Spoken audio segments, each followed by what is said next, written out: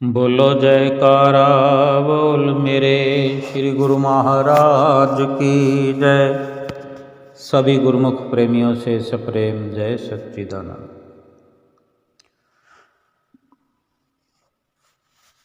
जन्म मरण छूटे नहीं, करे उपाय अनेक, कर्म लिखे तब ही मिटे, गहे गुरु की टेक। परमात्मा ने मनुष्य को कर्मों की कलम देकर इस संसार में भेजा है, जिससे हर मनुष्य खुद अपना भाग्य अपने कर्म अनुसार लिख सकता है। तो फिर क्यों ना हमें वो कर्म करने चाहिए और केवल वही कर्म करने चाहिए जो हमें भक्ति परमार्थ की तरफ ले जाएं। ऐसे कर्मों को इकट्ठा करना चाहिए, ऐसे कर्मों का संचय करना चाहिए जो हमें सतगुरु के चरणों के साथ जोड़े, पावन नाम में लिव लगे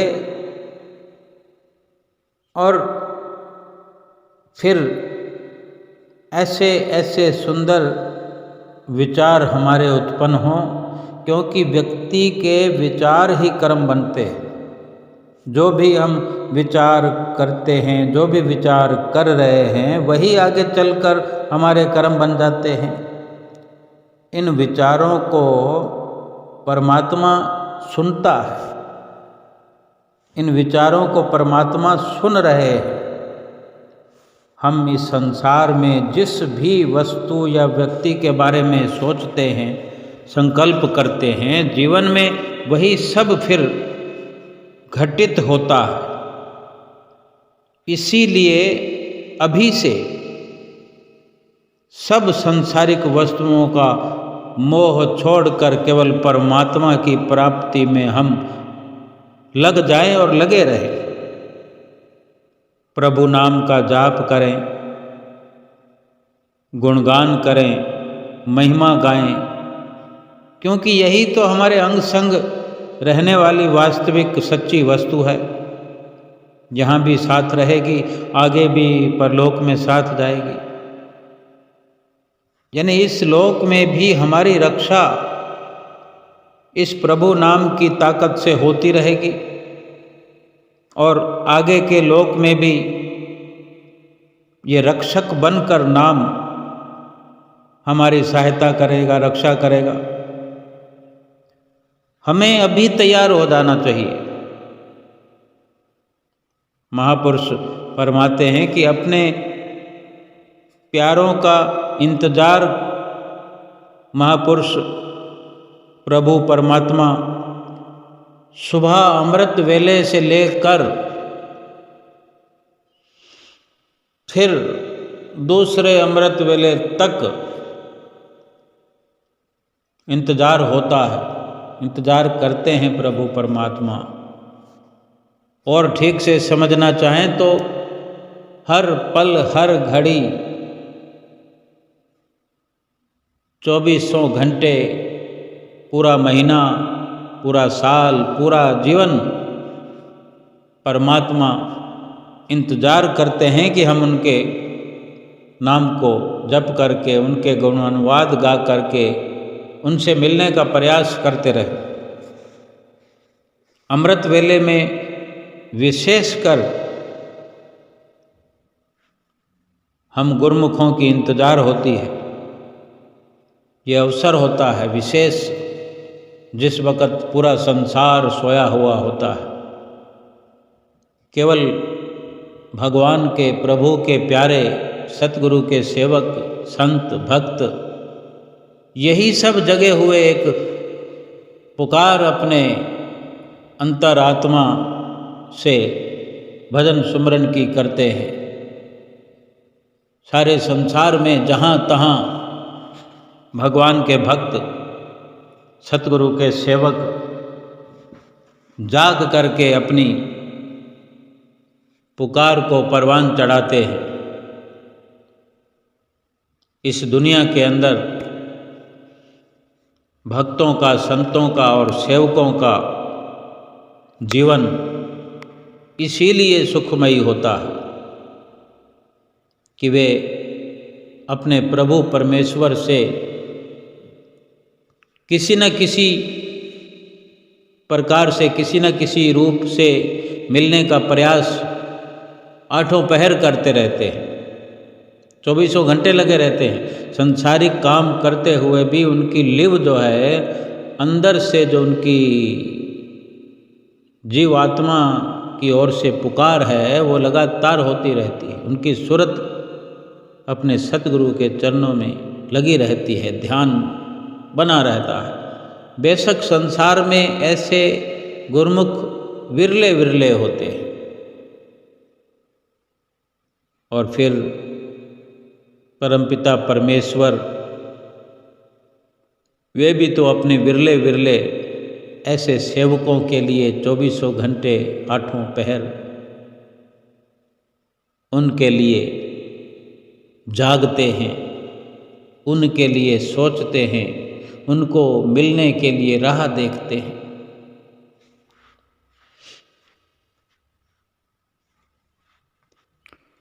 कोई वक्त विशेष तौर पर निश्चित नहीं है, लेकिन जहाँ चुनने की बात आती है तो ये वक्त चुना गया है कि इस वक्त में विशेष कर लाभ इसलिए होता है कि सारा संसार सोया हुआ निद्रा में, और गुरमुखों प्रेमियों के लिए, सेवकों भक्तों के लिए, संतों के लिए ये समय विशेष हो जाता है कि किसी भी तरह का कोई शोर शराबा नहीं, कोई काम धंधे का अवसर नहीं, कोई बाधा नहीं, कोई खाने पीने का भी ये समय नहीं कि किसी प्रकार से सुरती भागने का प्रयास करे। मन आसानी से टिकता है, इसलिए इस अवसर को विशेष माना जाता है। लेकिन भक्ति के लिए आठों पहर 24 घंटे पूरा समय भगवान की तरफ से खुला है, और भक्त से भगवान भी यही चाहते हैं कि वो भगवान से बातें करता रहे, भगवान को याद कर कर के उनसे मिलने का प्रयास करता रहे, क्योंकि भगवान भी तो अपने भक्त से मिलकर खुश होते हैं, प्रसन्न होते हैं। कहीं अधिक जितने भक्त को खुशी होती है भगवान से मिलकर, उससे कहीं ज़्यादा खुशी भगवान को अपने भक्त से मिलकर होती है।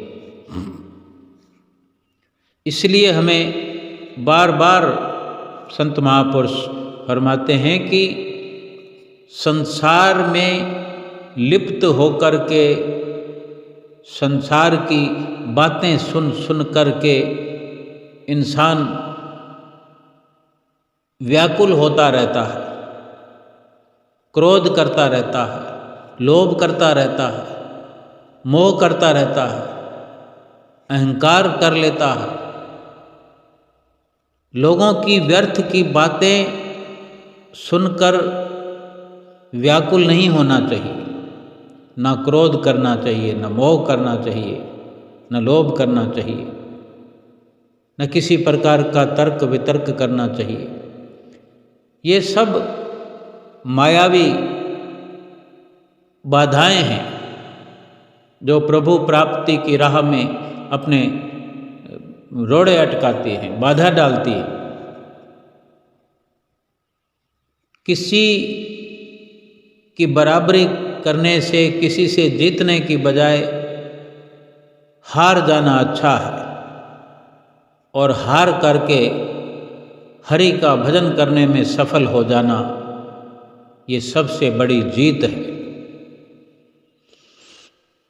संसार की प्रशंसा पाने के लिए, संसारिक लोगों के सामने प्रशंसनीय बनने के लिए, अच्छा बनने के लिए ये सारी दौड़ धूप होती है इंसान की, कि संसार में मेरा ऊंचा पद हो जाए, संसार में मेरी इज्जत बढ़ जाए, मान बढ़ जाए।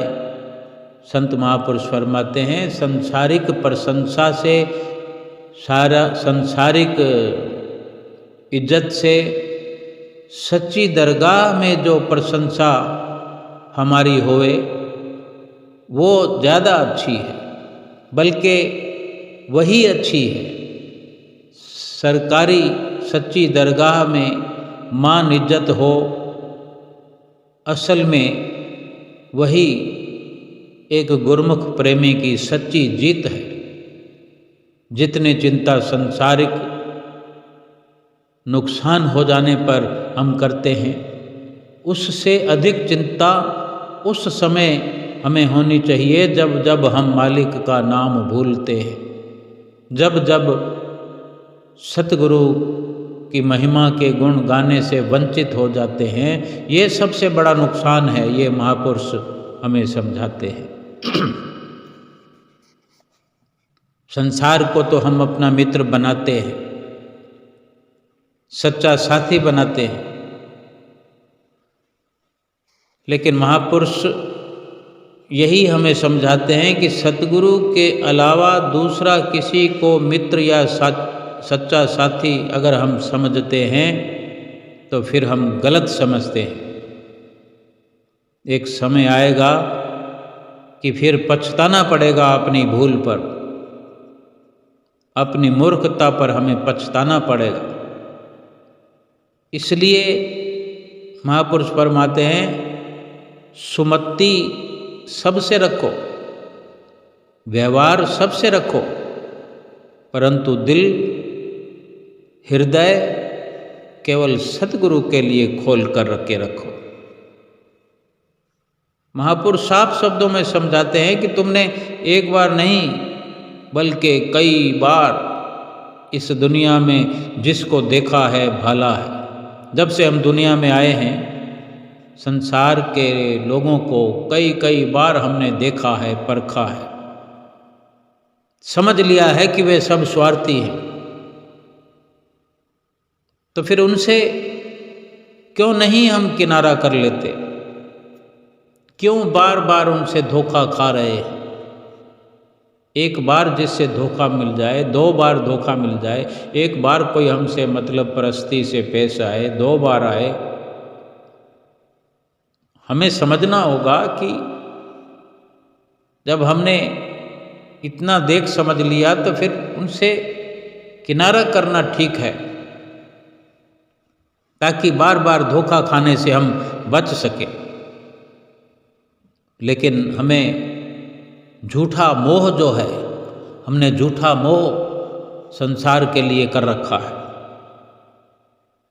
इसलिए हम बार बार चोट खाते हैं, बार बार मुंह की चोटें खाते हैं, लेकिन हम किनारा नहीं करते उनसे। महापुरुषों को दुख होता है, इसलिए हमें समझाते हैं संसार में रह कर के जरूरत का व्यवहार सबसे करें, अच्छा व्यवहार करें, अच्छी बोलचाल करें। संसार से ज़रूरतें भी हम अपनी पूरी करें, लेकिन अपनी इच्छाएं, अपनी कामनाएं बढ़ाएं नहीं, और ना ही संसार के अंदर अपनी प्रशंसा पा करके खुशियां मनाएं, ना ही अपने मुंह से अपनी बड़ाई करें। गुप्त रूप से जो प्रभु नाम की लगन में लगे रहते हैं, वो इस संसार में हर पल लाभ कमाते हैं। अपने आप को सतगुरु के नाम का, उनके दर्शन दीदार का दीवाना बनाकर रखते हैं और किसी से कहते नहीं हैं, और कहते हैं तो अपनी पहचान सिर्फ यही बताते हैं कि ना पूछो दुनिया वालों कि क्या हमारे फसाने हैं, हमारी पहचान तो सिर्फ ये है कि हम सतगुरु हारा वाले के दीवाने हैं। ये हर किसी का अपना स्वयं का स्वर्णिम विचार है कि जैसा कोई चाहे अपना मत बना करके रखे, चाहे संसार को सुखों की खान समझे कोई, चाहे सतगुरु भगवान के चरणों में सुखों की खान समझे। फैसला अपना है। जो संसार को सुखों की खान समझते हैं वो संसार पर निछावर होते हैं। अब संसार से क्या मिलना है, आज तक किसी को क्या मिला है? वेदों शास्त्रों में वर्णन है, पुस्तकों में ग्रंथों में वर्णन है, संत महापुरुष रात और दिन वर्णन कर रहे हैं कि आज तक कोई संसार सागर से क्या लेकर के गया है। सुख ले गया है या दुख ले गया है, ये सब जानते हैं कि ये संसार दुखों का घर है। फिर भी अगर संसार में सुखों का खजाना नजर आता है तो फिर सुख प्राप्त करते रहो। और अगर ये समझ आ जाए कि सतगुरु के चरणों में सुख है, सतगुरु की संगत में सुख है, सतगुरु के दीदार में सुख है, तो फिर भर भर के दीदार करो, भर भर के खजाने सतगुरु के चरणों से लेकर के माला माल हो जाओ।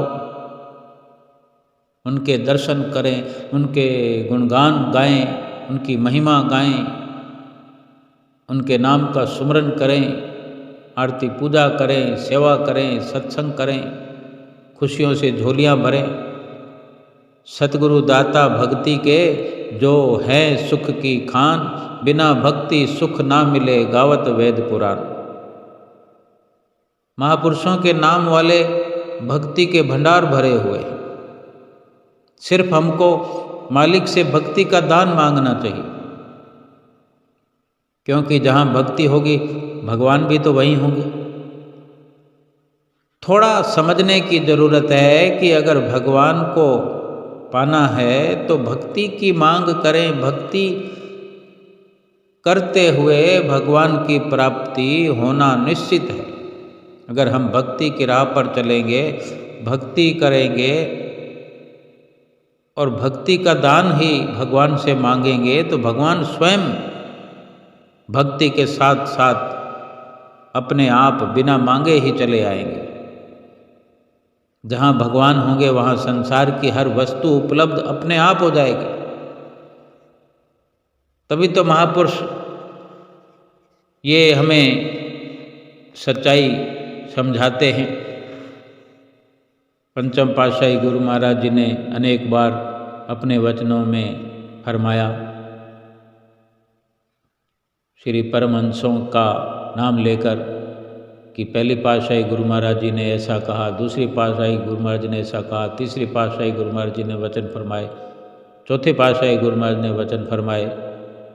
जो पंचम पातशाही गुरु महाराज जी ने अपने मुखारविंद से फरमा करके हमें सुनाया कि भक्ति दान मोहे दीजिए, गुरुदेवन के देव, और नहीं कछु चाहिए, निस दिन तुमरी सेव। सब ग्रंथों, सब वेदों, पुराणों का सार है। सभी भक्ति का ही गुणगान करते हैं। तो हमें भी ये निश्चित रूप से समझना चाहिए कि जब भक्ति ही सुख देने वाली है तो भक्ति का दान हर वक्त मांगें। भक्ति का दान पा करके अपने आप को रोशन करें, खुद रोशन होकर दूसरों को रोशन करें। आज एक सबसे बड़ी विचित्रता इस संसार में यह है कि समय किसी के पास नहीं है। लेकिन अगर सच्चाई से समझना चाहें या सच्चाई को समझना चाहें या सच्चाई से रूबरू होना चाहें तो हमारे पास तो एक समय ही है और कुछ नहीं है। समय के सिवा हमारे पास क्या है? समय का लाभ उठा सकते हैं। समय तो हमें मिला है। मनुष्य शरीर मिला हो और समय न मिले श्वास मिले हों और समय ना मिले। जब समय का अभाव हो जाएगा तो सब कुछ समाप्त हो जाएगा। ये समय सदुपयोग करने के लिए मिला है। खुद नाम जपें, दूसरों को जपाएं।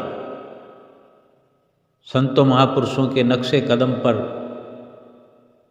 हम चले कि वे पूरे संसार को, संसार सागर को तारने के लिए जो अपनी जिम्मेदारी समझते हैं और रात और दिन लगे रहते हैं, उनके नक्शे कदम पर चल कर के कम से कम हम इतना तो करें, हम अपने आप को तो तारें और अपने आसपास अपने साथ में रहने वालों को तो कम से कम इस राह पर लगाएं। कोई भी मोमबत्ती दूसरी मोमबत्ती को जलाते समय अपनी रोशनी खो नहीं देती। एक मोमबत्ती जली हो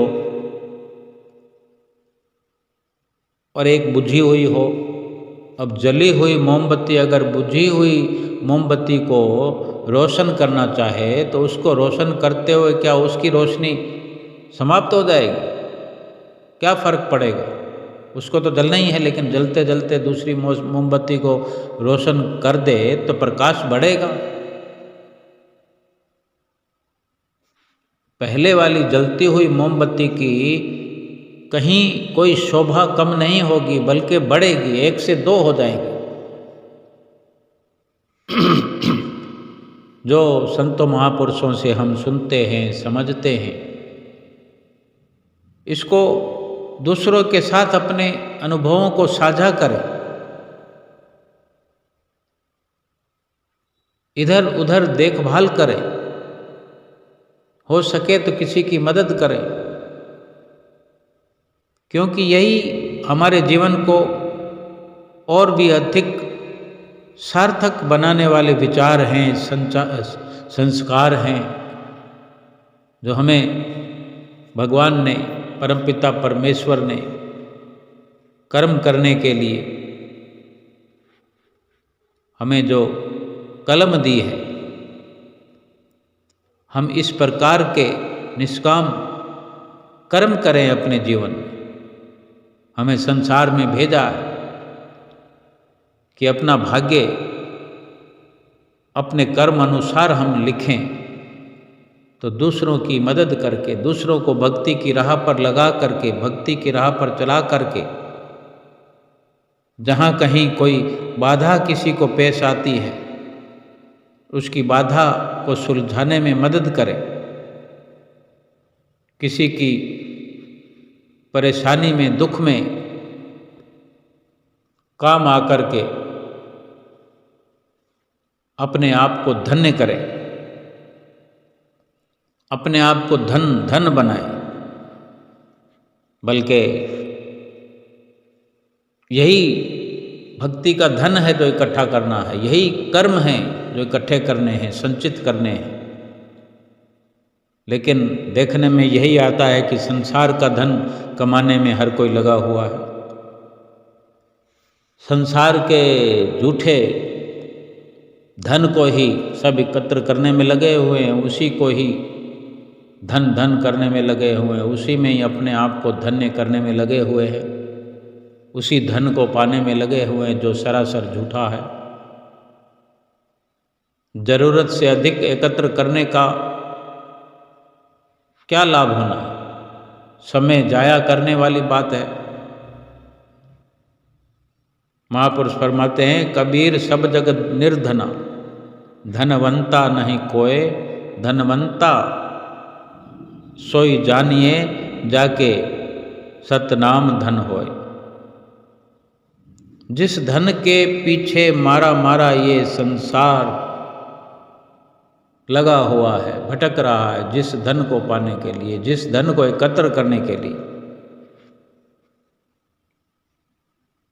कबीर साहब जी ने अपने वचनों में उस सारे संसार को निर्धन बता दिया है। कोई धनवान नहीं। महापुरुषों के अनुसार कोई ऐसे धन को इकट्ठा करने वाले धनवानों की श्रेणी में नहीं है। वो गरीब है, गरीब से गरीब है। महापुरुषों ने केवल उन्हीं को धनवान बताया, उन्हीं को धनवंता बताया है जिसके पास सत नाम धन की दौलत है, जिसके हृदय में नाम रूपी रतन जो सतगुरु से मिला हुआ है, उसकी कमाई जो गुरुमुख सज्जन भक्तजन सेवकजन करते हैं और यही नाम की कमाई एकत्र करने में लगे हुए रात और दिन, ये समझकर कि इससे मेरे सतगुरु प्रसन्न होने वाले हैं, इससे मेरी आत्मा प्रफुल्लित होने वाली है, ये मेरे जीवन का लक्ष्य है। मनमुख जीव दिन रात करके जो माया इकट्ठी कर रहे हैं वो परलोक में काम नहीं आएगी। परलोक तो परलोक, यहाँ पर भी काम आने वाली नहीं होती। लेकिन ये भक्ति का धन यहाँ भी काम आता है, परलोक में भी काम आता है।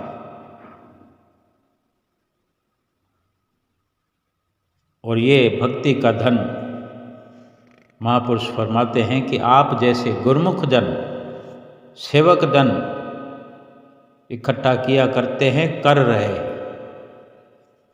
महापुरुष भी तो हमारे कल्याण की खातिर दिन रात एक करके हमको मालिक से जोड़ने के लिए हर प्रकार के यत्न करते हैं, कर रहे हैं। समय समय पर हमको उपदेश भी देते हैं।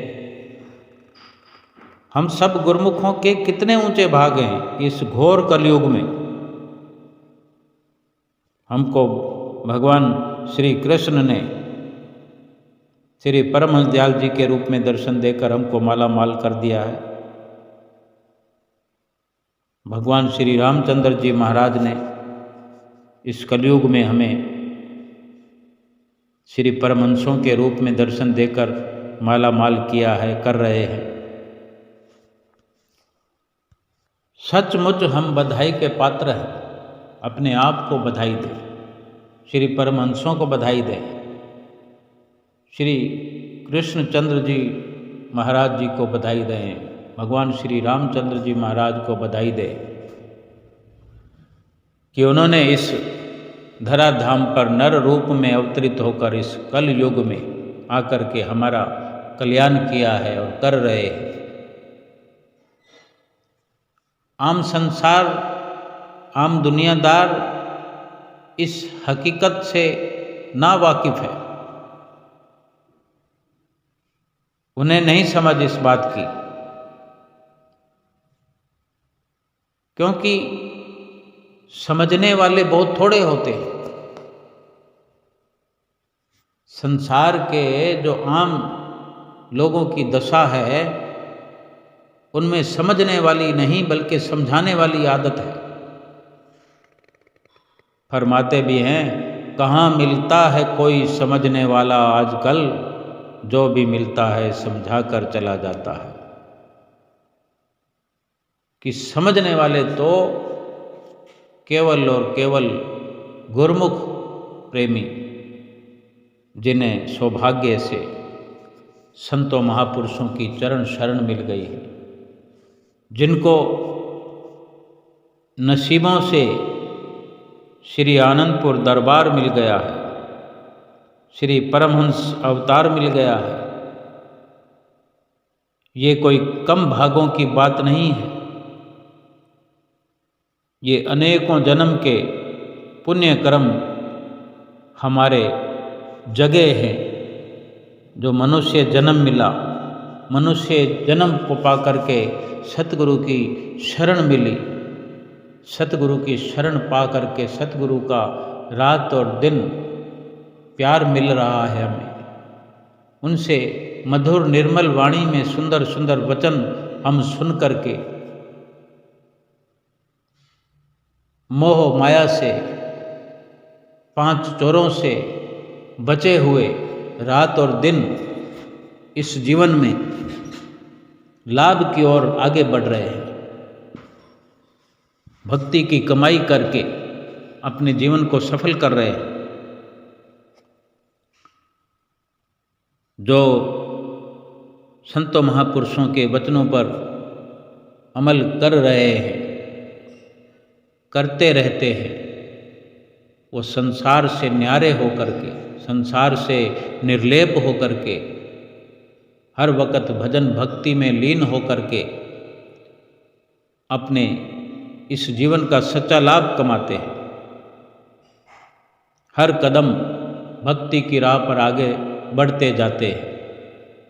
महापुरुष फरमाते हैं कि नमक जैसा किरदार गुरुमुखों को बनाकर रखना चाहिए, नमक जैसा व्यवहार संसार से करना चाहिए, क्योंकि नमक को कोई ज़्यादा इस्तेमाल नहीं करता।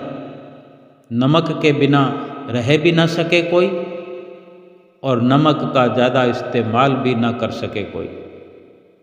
इसलिए नमक जैसा अपना व्यवहार बनाए, सबके काम आए और सबसे काम लेते हुए भक्ति में तरक्की करें। सुंदर सुंदर वचन सुना करके हमें भक्ति की राह पर चलना सिखाते हैं कि गुरुमुख को दो हाथ से, जैसे कोई अगर मुकाबला करना चाहे तो 2 हाथ छोड़ 10 हाथों से भी नहीं किया जा सकता, लेकिन विनम्र बनकर 2 हाथ से हम 10 लोगों को भी, और 10 लोग तो क्या, लाखों करोड़ों लोगों को भी एक साथ 2 हाथ जोड़ करके हम जय सच्चिदानंद करके, भक्ति की बात करके, सतगुरु के वचनों की बात करके, भजन सुमरन की बात करके, इन दोनों हाथों को जोड़ करके हजारों लाखों करोड़ों का दिल जीत सकते हैं।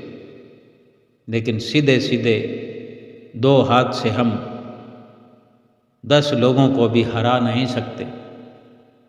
हमें जीतने का काम करना है तो दोनों हाथों को जोड़ करके, सर को झुका करके जय सच्चिदानंद का उच्चारण करते हुए, जय सच्चिदानंद की भाषा बोलते हुए, बड़े प्रेम से सुंदर मधुर वाणी के अंदर सतगुरु की महिमा का गायन करते जलाएं, सतगुरु के गुण अनुवाद सुनाएं, सतगुरु के गुण अनुवाद सुनने का अवसर मिले, कान लगा करके सुने, अपने जीवन को सार्थक करें।